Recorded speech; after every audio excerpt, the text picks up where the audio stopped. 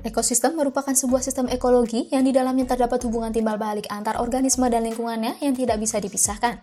Dalam sebuah ekosistem, pasti ada yang namanya rantai makanan. Pada sebuah rantai makanan, pasti ada organisme yang memiliki peran sebagai pemakan bangkai, di mana peran ini kadang terlihat menjijikan, tetapi sangat berjasa untuk kebersihan lingkungan.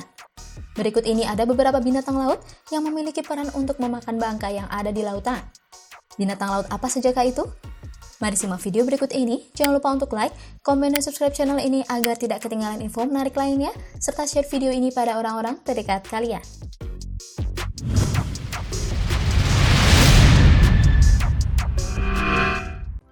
1. Cacing Osedax. Cacing ini merupakan cacing dari famili Siboglynidae dan sering disebut dengan cacing zombie atau cacing pemakan tulang.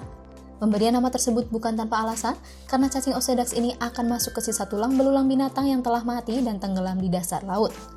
Untuk menembus tulang, cacing ini akan mengeluarkan asam sehingga dapat menembus hingga mencapai lipid.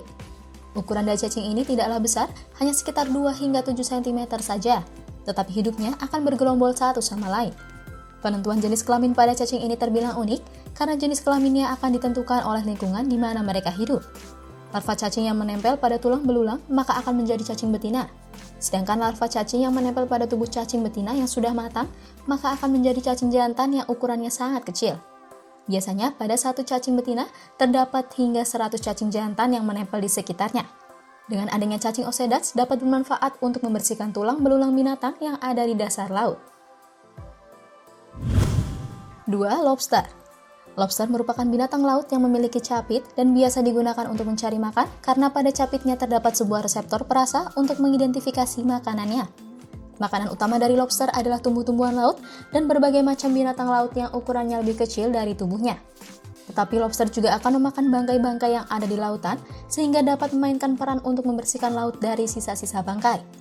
Bisa dibilang, lobster termasuk dalam golongan omnivora atau pemakan segalanya. Tetapi, lobster juga menjadi kanibal atau pemakan sesama ketika pada sebuah lingkungan terjadi overpopulasi lobster itu sendiri. 3. Kepiting. Selain lobster, binatang laut yang satu ini juga sama-sama memiliki capit yang dapat digunakan untuk menangkap kemudian memotong-motong mangsanya atau sebagai senjata perlindungan diri. Kepiting sendiri tersebar di seluruh perairan yang ada di dunia, baik itu air tawar hingga air asin, dan spesiesnya pun tergolong banyak, tetapi semuanya termasuk dalam Infraordobrachiura. Makanan dari kepiting ini adalah tumbuhan laut dan binatang laut yang telah mati, sehingga keberadaannya bisa menjadi pembersih lautan dari bangkai. Tetapi, kepiting juga terlihat memakan tumbuhan laut yang masih hidup dan binatang laut seperti siput, teritit, ikan-ikan kecil, bahkan kepiting yang lebih kecil. 4. Belut morai. Belut morai biasa ditemukan pada celah-celah terumbu karang karena akan menghabiskan waktunya untuk bersembunyi di terumbu karang.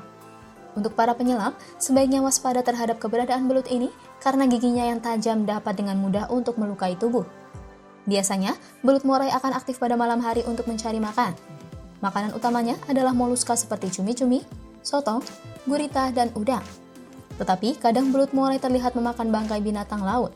Hal tersebut bermanfaat untuk membersihkan laut dari bangkai-bangkai binatang yang telah mati. Belut morai sendiri merupakan pemangsa yang dominan pada lingkungannya, tetapi itu tidak menjadikannya sebagai puncak pada sebuah rantai makanan, karena belut morai sendiri masih diburu oleh kerapu besar, barakuda, dan hiu. 5. Ikan hiu. Sudah tidak diragukan lagi bahwa hiu merupakan salah satu pemangsa hebat yang ada di lautan. Berbekal dengan kecepatan berenang dan gigi tajamnya, membuat hiu akan dengan mudah untuk menangkap mangsanya. Tidak hanya yang masih hidup saja untuk dijadikan makanan, tetapi yang sudah menjadi bangkai pun tidak luput dari santapan hiu. Seperti bangkai ikan paus yang berukuran besar, biasanya akan menarik hiu untuk memakannya karena tidak membutuhkan tenaga ekstra untuk mendapatkannya. Tetapi juga masih terdapat persaingan antara hiu berukuran besar dengan hiu yang berukuran kecil. Hal ini membuat hiu juga berperan dalam membersihkan lautan.